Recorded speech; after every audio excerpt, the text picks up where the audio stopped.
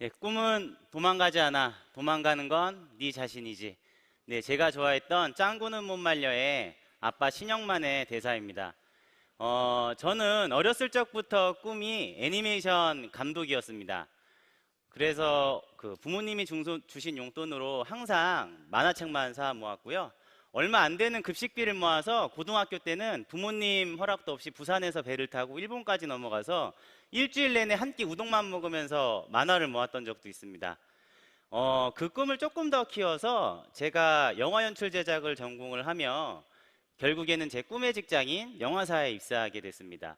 제 첫 영화는 맨발의 기봉이라는 영화였는데요. 그때 당시 제 연봉이 200만 원이었습니다. 월급이 아니고 연봉이요.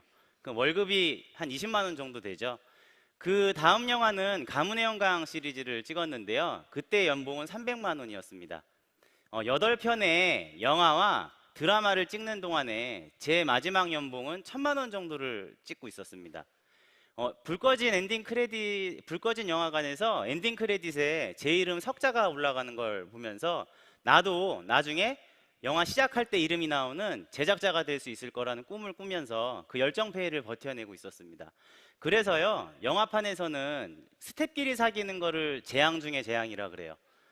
그런데 지금의 와이프가 그 당시 제 여자친구였어요. 영화 스텝이었죠.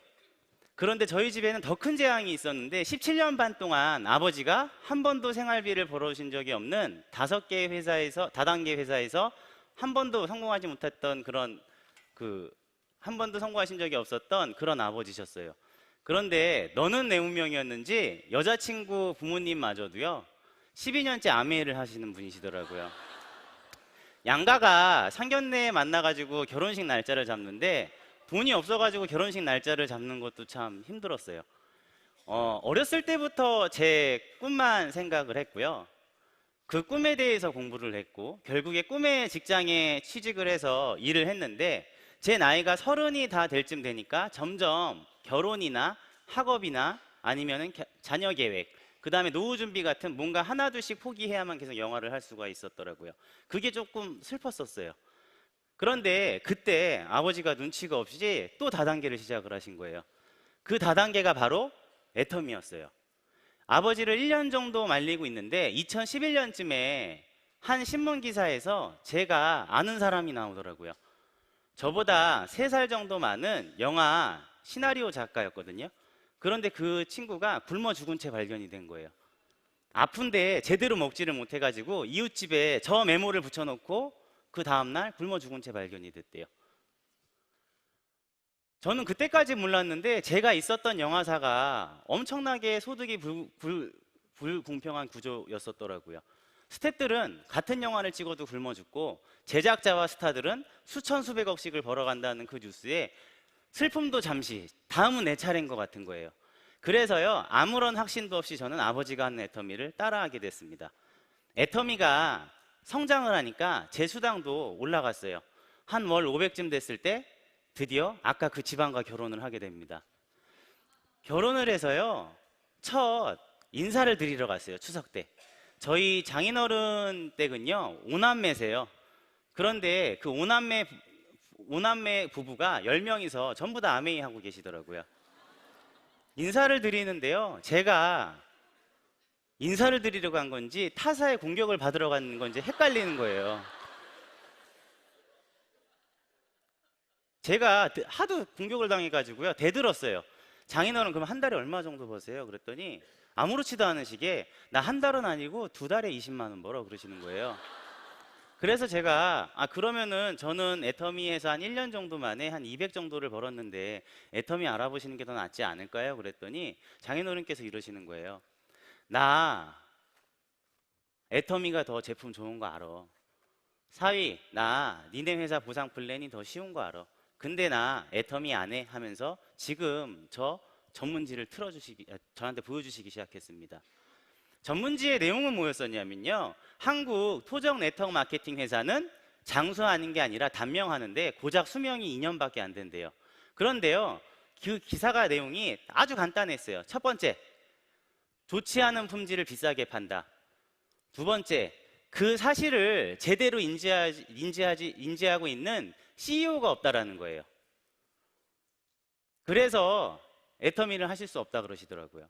그래서 제가 뭐라 그랬냐면 저희 애터미도 아메이처럼 50년 동안 좋은 제품 싸게 팔면서 보상 플랜 안 바꿀 수 있는 착한 다단계입니다 그랬더니 장인어른께서 야 그럼 50년 뒤에 와라 그러시더라고요. 내가 그때 가입이라도 해줄게 그러시는 거예요. 너무 열받아서 장인어른 댁에서 안 자고 그냥 왔어요. 오는 내내 생각을 해보니까 장인어른 말이 맞더라고요. 왜 애터미가 생존할 수 있는지 저는 장인어른한테 설명을 못한 거예요. 그리고 갑자기 걱정이 되더라고요. 제가 애터미를 할 수 있었던 건 와이프가 허락을 해줘서 그렇거든요. 제 꿈은 종착역이 애터미가 아니었어요. 다시 영화판으로 돌아가는 거거든요. 애터미에서 받는 연금성 소득으로 영화사에 있는 스태프들한테 똑같이 지분을 나눠주는 그런 착한 제작자가 되고 싶었어요. 그런데 애터미가 망하면 어떻게 되는 거죠? 다시 20만 원 받는 허드렛일 스텝으로 돌아가야 되잖아요. 그게 너무 걱정인데 아마 오늘 여기 오신 2030 여러분들도 마찬가지예요. 밖에 나가가지고 애터미 좋은 제품 싸고 정말 좋은 CEO가 있다라고 얘기는 하세요. 그럼 바로 뭐라 그러죠? 그거 다단계잖아 그러잖아요. 그럼 뭐라 그러시죠? 예, 착한 다단계야 그래요. 그거를 못 넘어가더라고요. 그런데 우리 모두의 꿈은 애터미가 최종 목적지가 아니고 애터미를 통해서 우리의 꿈으로 나가는 거잖아요. 그렇죠? 그래서 오늘 애터미가 왜 시대의 흐름에 맞는 착한 다단계인지 그거를 한번 알아보고자 해요. 제가요 그래서 데이터에 굉장히 집착을 했던 것 같아요. 그 2009년도부터 2019년도 애터미가 창립된 연도부터 19년도까지 공정거래위원회에 들어가가지고 다단계 회사의 정보를 싹 다 긁어 모았어요. 그 다음에 질문을 하기 시작을 합니다. 지난 10년 동안 생존한 회사가 어디지라고 질문을 해봤어요. 그러니까요 대부분 다 사라져 버리더라고요. 그 다음 했던 질문은 뭐냐면 그러면 글로벌로 성장한 회사는 어디야? 이렇게 줄어들더라고요.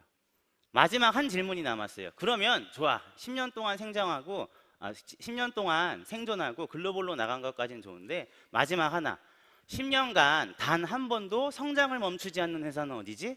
하니까 애터미 남더라고요. 질문 또 했어요. 제품 중에 제일 원가율이 높은 회사 어디야? 애터미. 반품률이 제일 낮은 데는 어디지? 애터미. 모든 좋은 성장과 관련되어 있는 지표를 다 대입을 해보잖아요. 애터미 말고는 남는 게 없더라고요. 그런데 최근 2016, 17년 동안 다단계 시장은 호황이 아니라 불황이었어요. 계속 가라앉고 있었단 말이에요. 근데 이 지표가 저를 드디어 결심하게 했습니다. 더 이상 다단계 회사랑은 비교하지 말자고. 이게 무슨 내용이냐면요. 지금 2017년도에 우리나라 전체 다단계 회원 증가수가 몇만 명이라고 돼 있죠? 41만 명입니다. 근데 그 밑에 보시면은 이게 공정거래위원회 자료예요. 애터미 회원이 늘어난 게 몇 명이죠? 42만 명이래요. 이게 무슨 얘기죠? 전체 다단계 회원이 41만 명이 늘었는데 애터미 혼자 42만 명이 늘었대요. 그 밑에 써 있죠. 애터미 회원 증가한 걸 빼면 나머지 회사는 어떻게 된 거다? 감소한 거다예요. 그럼 애터미 회사, 다단계 회사랑 비교를 해야 됩니까? 말아야 됩니까? 말아야 되는데요. 소름이 끼치는 게 하나가 있었어요. 저희 회사 회장님이 계속 그렇게 얘기를 하셨거든요.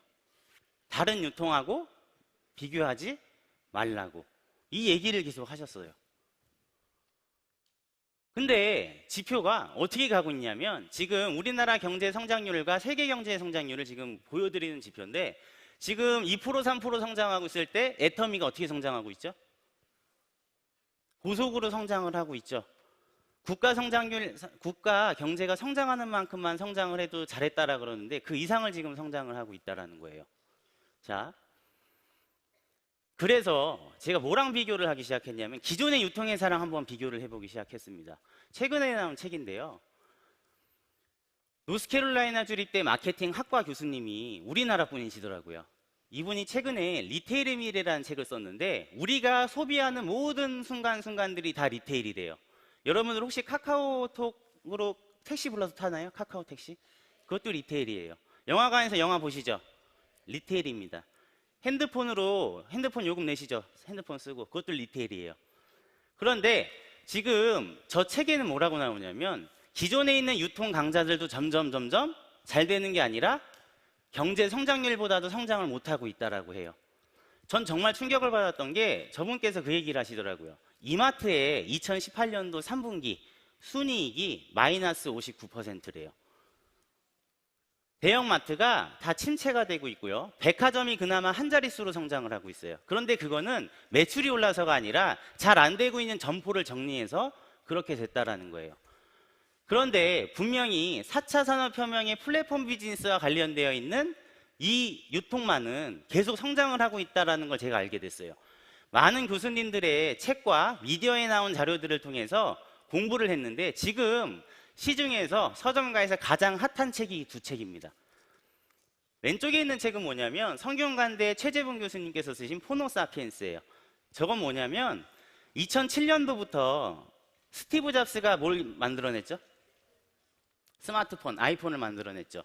그때부터 스마트폰을 몸에 항상 신체의 일부처럼 지니고 다니는 신인류라고 얘기를 해요. 근데 이 사람들이 나타나면서부터 무슨 변화가 일어나기 시작을 했냐면 사람들이 이제 더 이상 대중미디어나 대기업의 자본에 휘둘리지를 않는다는 거예요. 우리 제품 살 때 미디어에서 광고하는 거 사세요? 검색해서 사세요? 검색해서 내가 사고 싶은 때에 사고 싶은 곳에서 제일 싼 데서 사시죠. 모든 권력이 소비자한테 넘어오면서 기존의 유통이 힘들어지기 시작했다는 거예요. 오른쪽에 있는 온라인 쇼핑의 종말이라는 책은 뭐라고 얘기를 하냐면 그래서 100이면 100 다양한 소비자들이 똑같은 선택을 하는 게 아니라 어떤 선택을 한다? 다른 선택을 한다는 거예요. 그래서 저기에 대응을 못하는 회사들은 침체가 되는 거고 대응을 하는 회사들은 지표가 어떻게 난다고요? 애터미처럼 고속으로 성장한다는 겁니다.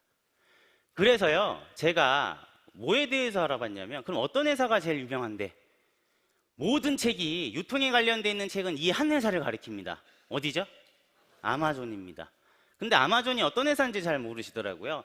백과사전에 여러분 지식백과사전에 아마존을 찾으면 끝에 항상 뭐라고 붙냐면요 유통업체들의 저승사자라고 표현을 해요. 유통업체의 저승사자. 자, 작년만 하더라도 이렇게 수많은 업체들이 폐업을 했는데요 125년 전통의 시어스 백화점이 결국에 파산했어요. 아마존 때문에. 제가 항상 애기 장난감을 사러 갈 때 토이저러스 가거든요. 근데 그 토이저러스라는 세계적인 유통 체인을 가진 장난감 백화점이 아마존 때문에 망한 27번째 회사가 됐습니다. 시가총액 한번 보여드릴까요? 몇 조죠? 1093조예요. 세계 2위입니다. 우리나라 전체 상장기업 삼성전자까지 포함한 게 2000조가 좀 넘어요. 근데 저 회사가 절반을 하고 있는 거예요.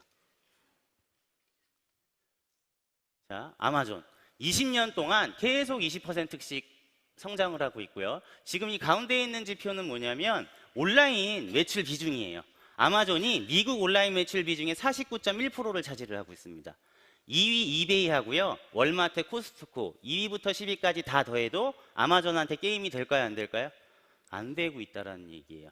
자, 제가 아마존이 그 어마어마한 돈으로 뭘 하고 있는지를 좀 보여드릴게요.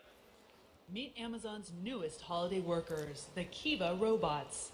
At this fulfillment center in Tracy, California, more than 3,000 of them cruise the warehouse floor, helping employees fill 고객이 millions of 주문하면은 orders. 배송 담당하는 직원 앞으로 갖다 놓는 거예요. Goes out and picks the right pot of inventory and brings it back just at the right time for the person to pick the item out to go in that. 네, 경영 효율이 굉장히 높아지겠죠. 구글은 지금 이게 그 상용화를 허가를 받았는데 아마존 지금 베타 테스트하고 있거든요. 이거 한번 보여드릴게요. 드론이 배송하는 거 보이세요? 저 밑에?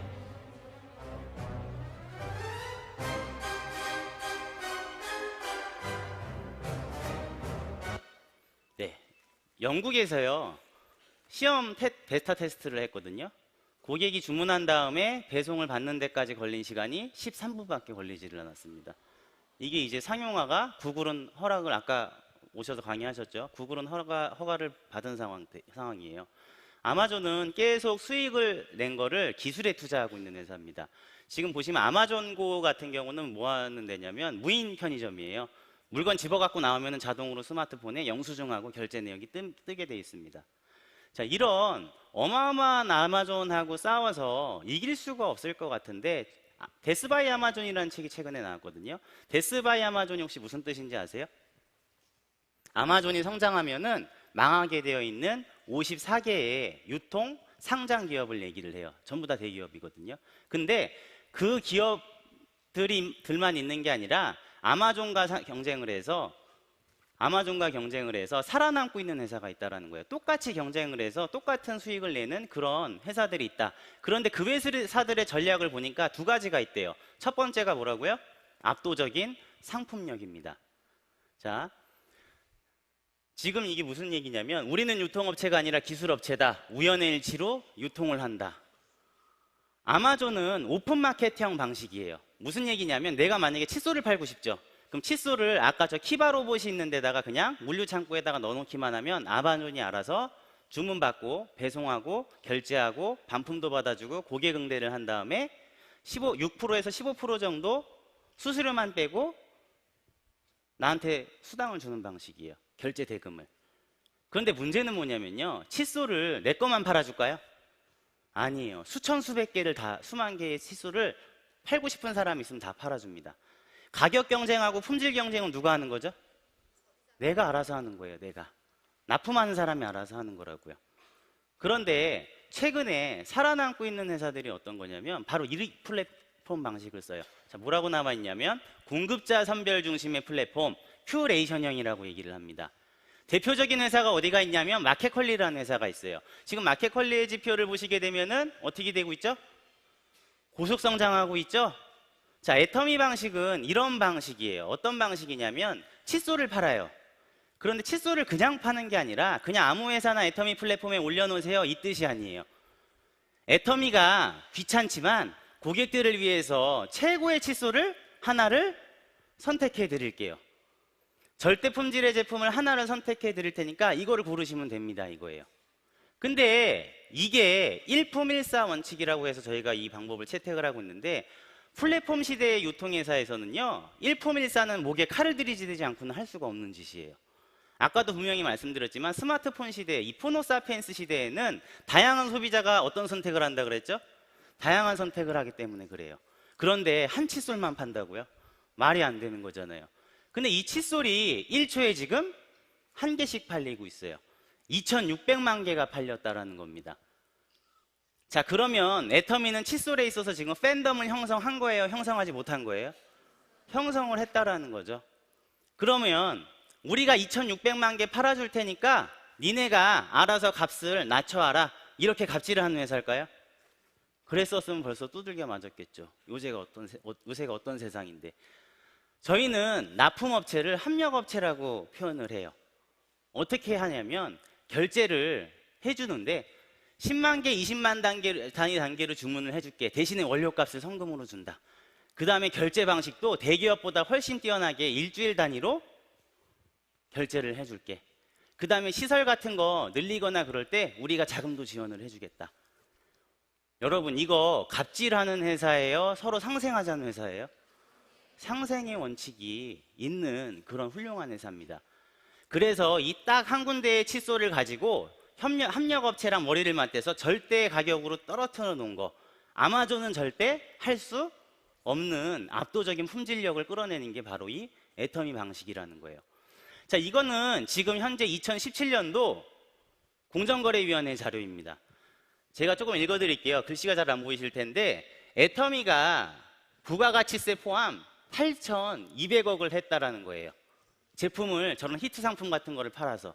근데 소비자들한테 지금 수당을 얼마 준 거냐면 3,140억을 줬어요.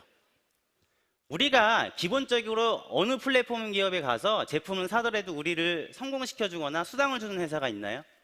없단 말이에요. 그런데 수당을 준다는 이유로 지금 제품값을 비싸게 팔고 있어요? 그것도 아니란 얘기예요. 저희 회사에서는 지금 뭐 해머인 같은 거 5년 연속 지금 1,000억 원대 이상을 하고 있는 히트 상품이죠. 앱솔루트 같은 경우도 지금 나온 지 얼마 안 됐는데 작년에 1,000억 원 매출을 했습니다. 우리 보통 1,000억 원 정도 팔리면 히트 상품이라고 얘기를 하거든요. 지금 화장품 같은 거 애터미가 뭐 브랜드가 없다고 얘기를 하시는 분들이 있는데 글로벌 시장 조사기관에서 그냥 우리가 부탁을 한 게 아니라 알아서 그냥 하신 거예요. 근데 기초 화장품류에 보면 지금 5등이 누가 올라와 있죠? 애터미가 올라와 있어요. 정확하게 팬덤이 형성이 되어 있다는 겁니다. 자, 이거는 뭐냐면 반품률인데요. 잘 안 보이시죠? 이건 짝대기가 길면 나쁜 거예요. 짧은 게 좋은 거예요. 그래서 여기 맨 밑에 보시면은 0.12% 하고 있습니다. 소비자는 아무 데서나 지갑을 열지 않는 시대예요. 트렌드 코리아의 김난도 교수가 분명히 얘기를 했습니다. 밀레니얼 세대는 부모님이 금융위기를 겪는 걸 봤기 때문에 자발적으로 지금 가성비를 찾아 나서고 있어요. 그런데 그런 시대에 지금 두 자릿수 성장을 8년째 계속하고 있다는 겁니다. 지금 국내 기업 중에 이 지표는 얼마나 무서운 지표냐면 국내 기업 중에는 1위고 업계 전체 순위는 2위예요. 그런데 등록된 판매원 수는 누가 제일 많죠? 애텀이에요. 팬덤을 형성하고 있다는 거예요. 그거를 인식하셔야 돼요. 300만 회원이에요. 그런데 이 옆에 있는 자료는 뭐냐면 기본적으로 우리가 네트워크 마케팅 다단계를 한다 그러면 자발적인 소비가 아니고 수당을 타기 위한 억지 소비죠. 그런데 데이터는 뭐라고 얘기를 해주고 있냐면 등록된 회원 10명 중에 몇 명? 9명이 소비자 회원이라는 거예요. 그리고 총 매출액의 약 80% 정도가 그렇게 되고 있다는 겁니다. 이렇게 주요 언론 보도가 많이 나오고 있는데도 부정적인 사람은 뭐라 그러냐면 그 돈 주고 찍은 거잖아 그래요. 특히 제가 있었던 영화사 선배님들이 다 그러시더라고요. 영화 마스터 본다면 더 심해졌어요. 너는 언제 나오냐요? 경제사범으로 언제 나오냐고 막 그러시더라고요. 자, 지금 저희 회사 박한길 회장님께서는 경쟁자가 10년 뒤에 나올 줄 알았나 봐요. 큐레이팅 방식으로 지금 따라하는 업체들이 나오고 있죠. 큐레이팅의 정의가요 2년 전에 나오기 시작했어요. 우린 10년 전부터 하고 있었는데 그 정의에는 뭐라고 되어 있냐면 공급 업체를 2-3개 정도로 줄여라라고 되어 있어요. 그리고 대량 주문을 통해서 값을 낮춰 이건데 우리는 이미 10년 전부터 일품 일사예요. 절대 품질로 끌어올리려고 절대 가격으로 팔겠다 이거랍니다. 그 경영 노하우를 배우라고 저희 회장님께서 11대 직접 판매 협회장에 취임하셨죠. 자, 이거 얼마나 대단한 건지 아십니까? 직접 판매 협회 회장이라 그러니까 뭐 다단계 회사들 모아놓고 회장 자리하고 그런 게 아니고요. 여기 회원사 중에는 아모레나 LG생활건강, 웅진 이런 방문 판매 업체들의 대표님들도 다 있는 그런 엄청난 자리인데 여기에 지금 회장으로 취임을 하셨어요. 자, 아까 아마존과 경쟁할 2가지 전략이 있다 그랬죠. 압도적인 상품력은 지금 확인이 됐어요. 두 번째는 뭐냐면 아마존과 같은 경기 방식을 취하지 말라고 얘기를 했어요. 아마존의 제프 베조스는 플라이 휠이라는 전략을 씁니다. 세상에 있는 모든 물건을 미치고서라도 싸게 팔겠다. 그 다음에 번 돈으로 뭐 하는 거냐면 아까 드론이나 키바 같은 기술에 투자를 하는 거예요. 그런데 애터미의 전략은 뭐죠? 절대 품질의 제품을 절대 가격으로 좋은 제품 싸게 팔면은 소비자들이 알아서 몰려오는데 벌어들이는 수익으로 회사가 협력업체, 고객, 그 다음에 회사, 주변 사회에 공헌하는 이 방식을 택하겠다. 상생하겠다라는 거죠. 두 회사요 다 위대한 CEO가 있는 거예요. 그런데 애터미를 그냥 다단계라는 시각을 보지 마시고 이 첫 번째 챕터에 있는 데이터를 자세히 보시면은 아마존과요 같은 유통을 하는데 서로 다른 방식으로 지금 위대한 기업이 어깨를 같이 겨루고 경쟁을 하고 있는 회사라고 보시면 될 것 같습니다. 그래서 결국에 저희 장인 장모님께서 제가 얘기를 안 했거든요. 어느 날 애터미를 하고 계시더라고요. 그런데요, 뭐라고 얘기를 하셨는지 아세요? 내가 제품 좋고 보상 플랜만 안 바꾸면 50년 뒤에 하려고 그랬는데 니네 회사 회장은 제품 용량도 올려주더라 그러세요. 저희 회사 제품 용량 이익이 날 때마다 다 어떻게 해주셨죠? 올렸어요. 해모임 2014년도에 1000억이었는데 작년에 1600억 했습니다. 그런데 제품 용량을요 저희 아버지가 시작했을 때는 30호였어요. 그런데 지금은 60호예요. 여러분들이 만약에 회장이라 그러시면은 그 기업에서 가장 잘 팔리는 회사 넘버1 제품 그거를 절반 가격으로 낮추실 수 있으시겠어요? 용량을 2배로 올리실 수 있겠어요? 거기에 감동하는 거예요. 팬들은 애터미 제품의 팬들은 거기에 감동을 하는 거예요. 만족을 시켜주는 게 아니라 나를 성공시켜주는 거다라는 그 감동, 그거를 아셨으면 좋겠습니다. 네, 이제 두 번째 챕터로 넘어가려고 그러는데 제가 사실 이 두 번째 챕터는 굉장히 고민을 많이 했어요. 왜 고민을 많이 했냐면 글로벌 지표를 비교하기 위해서는 이 회사가 제일 뛰어난데 중요한 게 우리랑 같은 유통 분야가 아니에요. 하지만 시사하는 점은 애터미의 문화와 굉장히 흡사합니다. 자, 요새 글로벌이라는 게 선택인가요? 필수인가요? 필수예요. 내가 동네 구멍가게 할 거 아니면 필수예요. 그런데 아까 얘기했던, 아까 그 앞에 구글 강의 들으셨던 것처럼 5G가 이미 상용화가 됐어요. 해외 직구는 기본이에요. 미디어 플랫폼 때문에 여기에서 인기가 있는 영상은 90개국에 금방 나갈 수가 있습니다.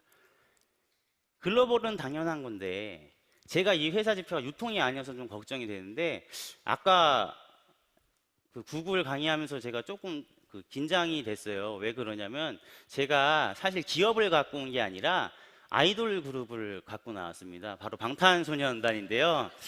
예, 죄송합니다. 약간 아미 팬들이 계시다고 했는데 제가 올라오기 전에 한번 체크를 해봤는데 비난하는 내용은 절대 없어요. 지금 그 세종대왕보다도 한글을 더 많이 글로벌로 알린 사람들이라고 그러죠.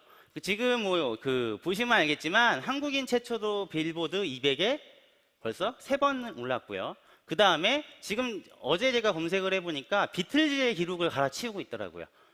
이미 해외 외신은요, 비틀즈의 묻은 속도를 BTS가 앞질렀다 이거예요. 그런데 이 BTS는 좀 재밌는 게 뭐냐면 대형 기획사에서 만든 아이돌이 아니에요.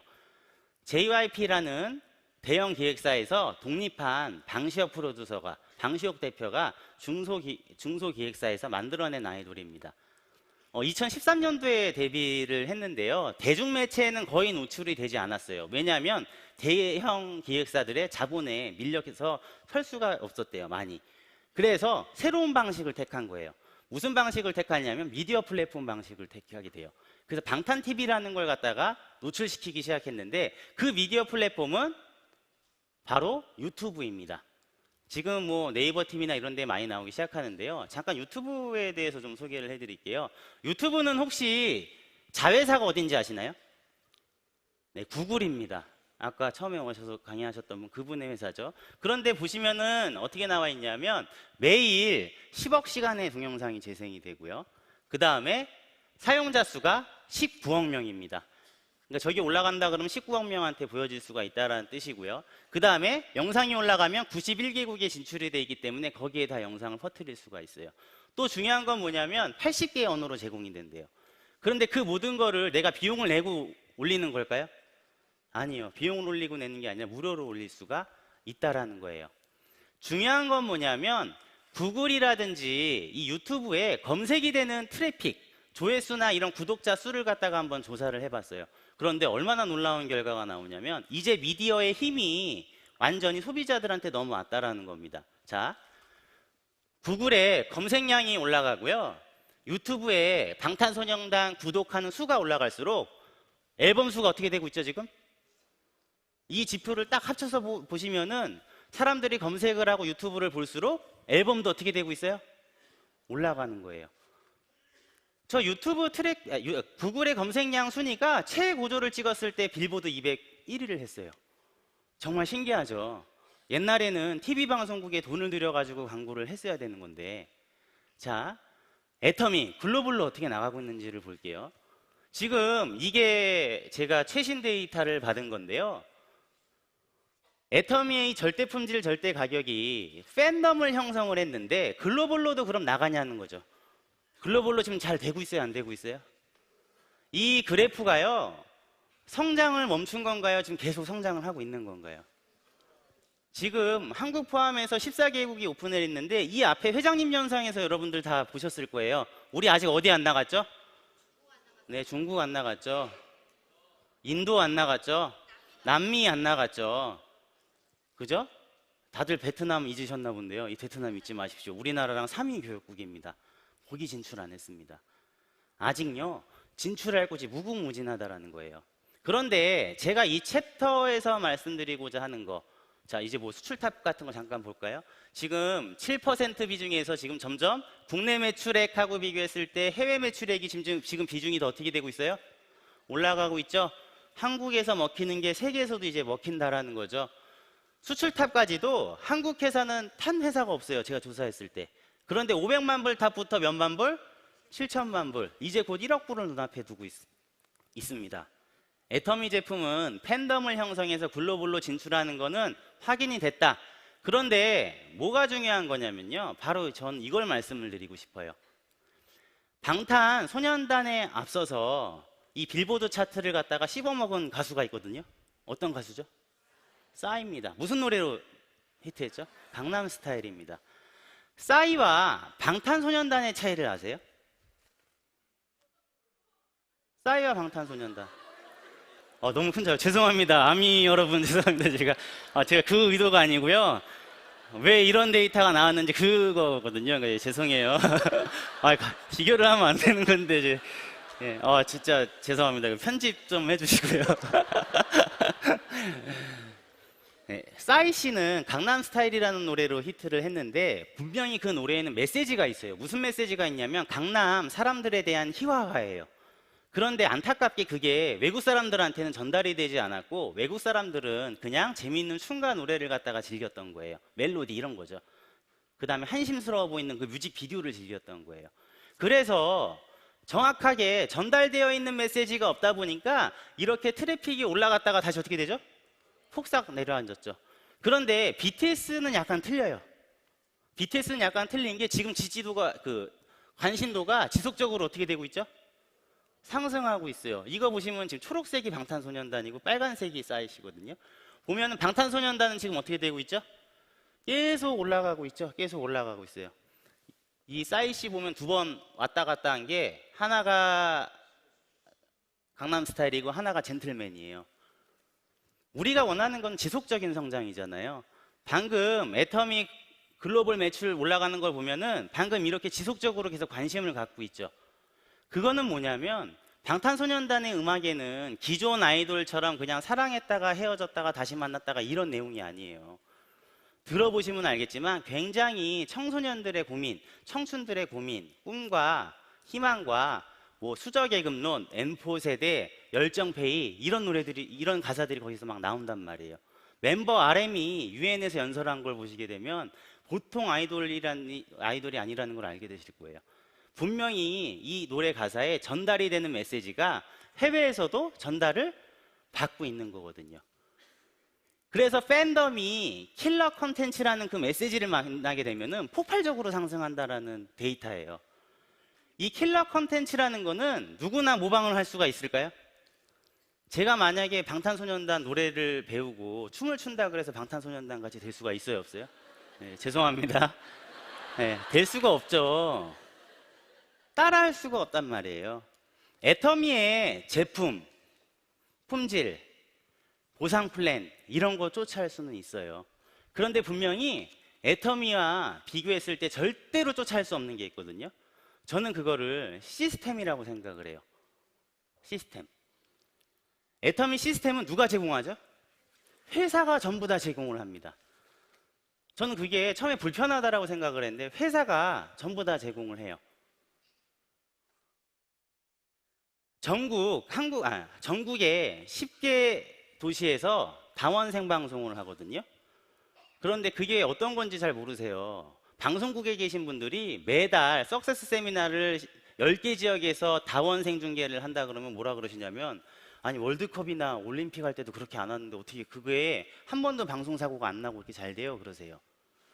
이 킬러 컨텐츠를 제공하기 위해서 이런 엄청난 자본을 회사가 투자를 한 건데 아주 중요한 거예요. 우리 제품 광고 하나요? 안 하죠. 그 광고 누가 해요? 우리가 해요. 그런데 회원들 중에서는 아까 회장님 영상처럼 잘난 사람도 있고 못난 사람도 있고 배운 사람도 있고 못 배운 사람도 있어요.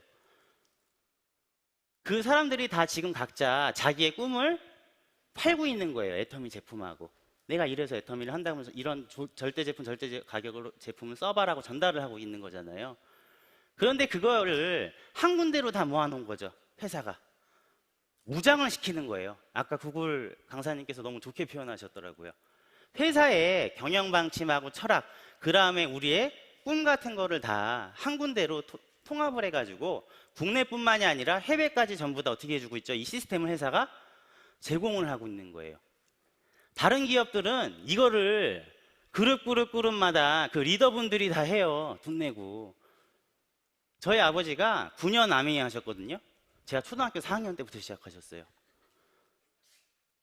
식당 문 닫으시면은 청주에서 스폰서라는 분이 올라오셔가지고 자기의 시스템이라 그러면서 막 가르쳐줘요. 저희 아버지가 한 5년 배우시더니 아닌 것 같습니다. 저는 다른 데로 갈아타겠습니다 하고 가시더라고요. 다른 스폰서를 또 만나서 그분한테 시스템을 배우셨어요. 근데 또 그게 아닌 것 같다고 결국에 9년 만에 아메이를 그만두셨습니다. 그러고 나서 시간이 한참 지나서 애터미를 하신 다음에 그 두 분을 다시 찾아갔어요. 이 회사는 다른 시스템이 있다고 한번 같이 해보자고. 1년을 반대하시고 그 두 분이 결국에 나오셨습니다. 어떻게 됐을까요? 애터미 시스템 안에서는. 두 분이 지금 로얄 마스터의 로얄 리더스 클럽에 계세요. 밝히지는 않으시더라고요. 본인이 저희 아버지 그 아메이 때 스폰서셨다라는 거. 애터미의 이 시스템에는 어떤 게 있는 거냐면 잘난 사람, 못난 사람, 가진 사람, 못 배운 사람 모두 다 재심, 합력을 하는 문화가 있습니다.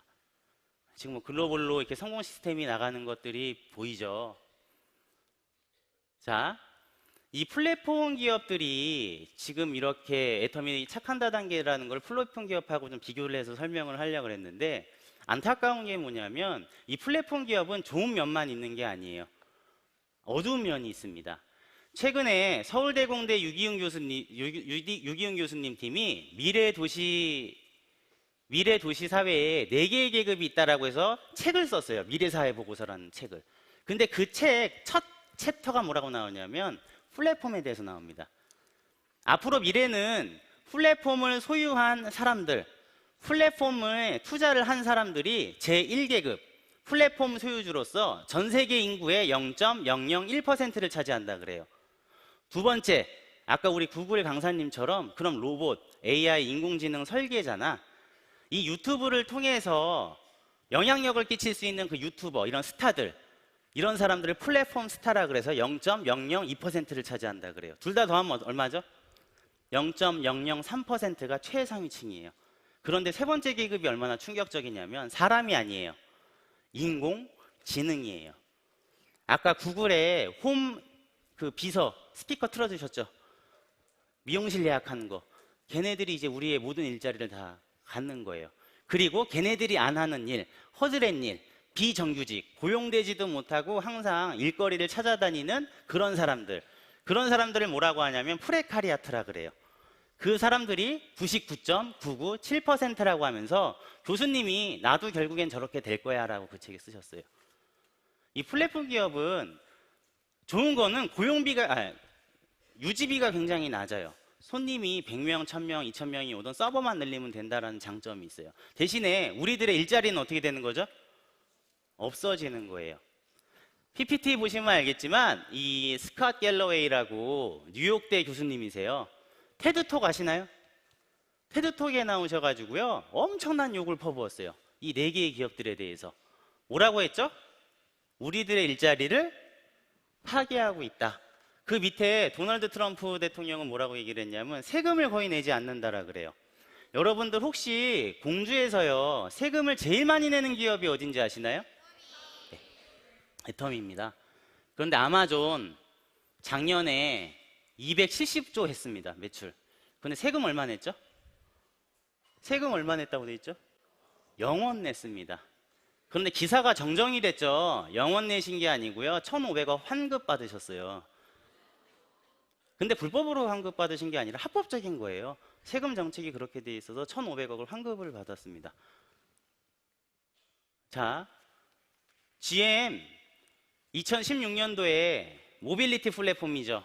우버에 560억을 투자하고 2017년에 한국에 군산 공장을 폐쇄를 했습니다. 현대자동차 5,600억을 동남아의 우버, 그랩에 투자를 했죠. 도요타, 중국의 우버, 디디 추싱에 투자를 했습니다. 왜 그런지 아세요? 10대, 20대들이 돈이 없어서 자동차를 안 사니까 이제 무인 자동차 시대로 넘어가고 있는 거예요. 그걸 개발하겠다라는 거거든요. 그래서 이 플랫폼 전쟁의 끝은 승자 독식 사회라고 바이난트 용건 EU 이커머스 의장이 저렇게 얘기를 해놨습니다. 그런데 애터미의 지표를 보여드릴까요? 애터미 플랫폼 비즈니스가 잘 되면 잘 될수록, 회사가 이익이 나면 날수록, 이 지표는 뭐냐면 회원들한테 후원 수당을 준 추이예요. 세금 안 내고 있어요? 제일 많이 내고 있습니다. 회사 매출이 늘면 늘수록 지금 어떻게 되고 있죠? 저 파란 선이 후원 수당 추이예요. 후원 수당 어떻게 되고 있습니까? 늘고 있어요. 저희 애터미의 칫솔 납품하는 회사, 이거 블루베리에 방송된 거죠. 애터미 만나기 전에는 5억 하고 있었어요. 애터미 만난 다음에는 몇 억으로 올라갔죠? 165억이 늘었습니다. 고용이요. 애터미 만나기 전에 13명이었는데 만나고 난 뒤에는 60명이 됐어요. 감자라면 불났죠. 공장이. 저는 처음에 회사에 되게 뭐라 그랬어요. 제 방식이 그랬거든요. 감자라면이 너무 잘 팔리는데 어느 날 상무님께서 그러시더라고요. 라면 공장이 불이 나서 1년을 기다려줘야 된대요. 저는 처음에 호떡집에 불났다라는 거 그런 의미로 들었어요. 라면이 너무 잘 팔려가지고 지금 생산이 안 된다는 소리인 줄 알았어요. 진짜요. 근데 장난치지 말라 그랬거든요. 리더스 클럽 조찬 모임 때 그러셨어요. 그래서 제가 뭐라 그랬냐면, 아니 라면 업체를 바꾸시면 되잖아요 그랬어요. 그런데 난처해 하시더라고요. 회장님이 그러면 안 된다 그랬다고. 그거 복구될 때까지 지금 복구비도 지원을 해줬고 1년을 기다려야 된대요. 근데 그 라면 회사 사장님께서 그 돈으로 애터미의 피해 복구금으로 생산 시설을 자동화하신 다음에 라면 용량을 20%를 어떻게 해줬죠? 무료로 시켜줬다라는 얘기예요. 데이터를 보시면은 애터미 만나기 전에는 100명이었던 공장이 150명이 됐고요. 매출액이 오른쪽 지표처럼 저렇게 급상승하는 게 보이실 거예요. 우리 뭐 고등어 회사 같은 경우는 말할 것도 없죠. 애터미는 해외에 나가면 환영받는 회사입니다. 우리 대만에 나가서는 총통을 접견한 자리에서 대만 경제부가 꼼꼼하게 따져서 주는 상, 중화민국 비즈니스상을 수상을 하기도 했죠. 왜 그렇죠? 한국에 있는 제품만 팔아주는 게 아니라 그 나라에 있는 제품도 다른 13개국에 다 수출을 해주거든요. 우리 캄보디아 같은 어려운 나라의 캄포수추 대표적이죠. 일본 제품 같은 것도 많이 팔아주고 각 지사에서 런칭을 해서 팔고 있습니다. 멕시코의 아보카도 오일. 자, 애터미가요 어마어마한 지표를 갖고 있는데 한 가지 약점이 있어요. 그게 뭘까요? 제가 이거요 3년 전에 영리더스 워크샵에서 본 다음에 이거 달라 그랬더니 회사에서 막 아유 안 된다고 부끄럽다고 안 주시더라고요.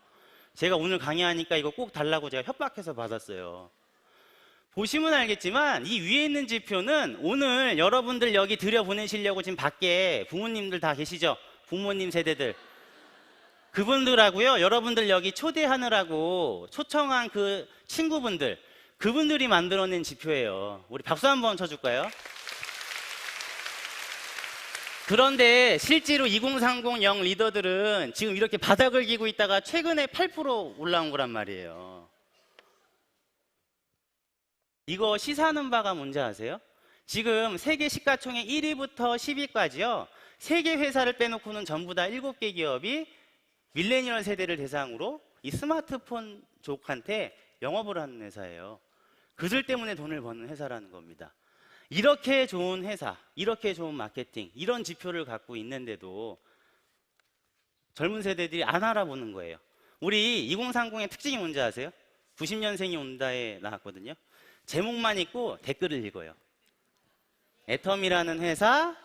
그런데 기성세대들은 다 읽어봐요. 애터미 뭐야? 하고 읽어보면 뭐 다단계 회사인데 이렇게 해서 회장이 아주 좋은 회장이래. 이거 딱 나와요. 그럼 다단계라도 해요. 젊은 세대들은 어떠죠? 애터미 뭐가 이렇게 좋대요. 댓글 보니까 다단계야. 그럼 스킵하는 거예요, 그냥. 참여를 해주셔야 되는 건데, 이런 지표가, 좋은 우수한 지표가 나왔으니까 니네 이제 2030 이렇게 하려고 그러는 거 아니야? 그러실 수 있어요. 그래서 잠깐 영상을 보여드릴게요. 해결하고 또 우리가 우리 젊은이들에게 일자리를 해결해주는. 그래서 지금 이제 우리 초창기에 시작할 때는 50세대가 굉장히 많았어요. 그런데 제가 그 50세대들에게 이런 얘기를 했어요. 솔직히 지금 온 50세대들 나 별로 기대가 안 된다. 그런데 여기서 조금만 더 가면은 신세대들이 올 거다 하는 거예요. 20대, 30대 이 젊은이들이 오면은 신세대들하고 일하는 스타일이 다릅니다. 그들이 치고 나가는 방법이 다르고 그들이 소통하는 방법이 달라요. 그래서 그 세대들이 어느 날 오면은 엄청난 폭발력을 일으키게 될 거고 전 세계를 덮어버리는 그런 일이 벌어지게 될 거다. 자, 1조하는 애터미가 지금 1000조하는 회사가 될 수 있을까요, 없을까요? 있어요. 왜냐하면 우리 2030이 아직 8%밖에 안 되거든요. 오늘날 위대한 기업이 되고 싶다면 먼저 선량한 기업이 되어야 한다. 제가 좋아하는 지희의 CEO께서 하신 말씀입니다. 마치 우리 회장님이 저 말을 하면 정말 어울리실 것 같은데 지희에서 먼저 하셨더라고요. 자, 플랫폼을 소유할 수 없는 글로벌 서민들이 다 같이 살아남자고 이 천덕꾸러기 다단계를 선택하신 분이 박한길 회장님이세요. 그리고 그 10년 동안 본인이 얘기했던 말을 다 지켰고요. 이런 지표들을 만들어냈습니다. 애터미에 방금 보여드렸던 그 8%의 지표는요. 분명 지금 속도를 보면 3년 뒤, 5년 뒤에 저 지표가 완성이 될까요? 안 될까요? 완성이 됩니다. 그때도요. 오늘 이 지표들을 사진 찍으러 오지 마시고요. 저 완성된 지표의 주인공이 되시기를 바라면서 오늘 제 기업 클래스 이것으로 마치겠습니다. 감사합니다. 네.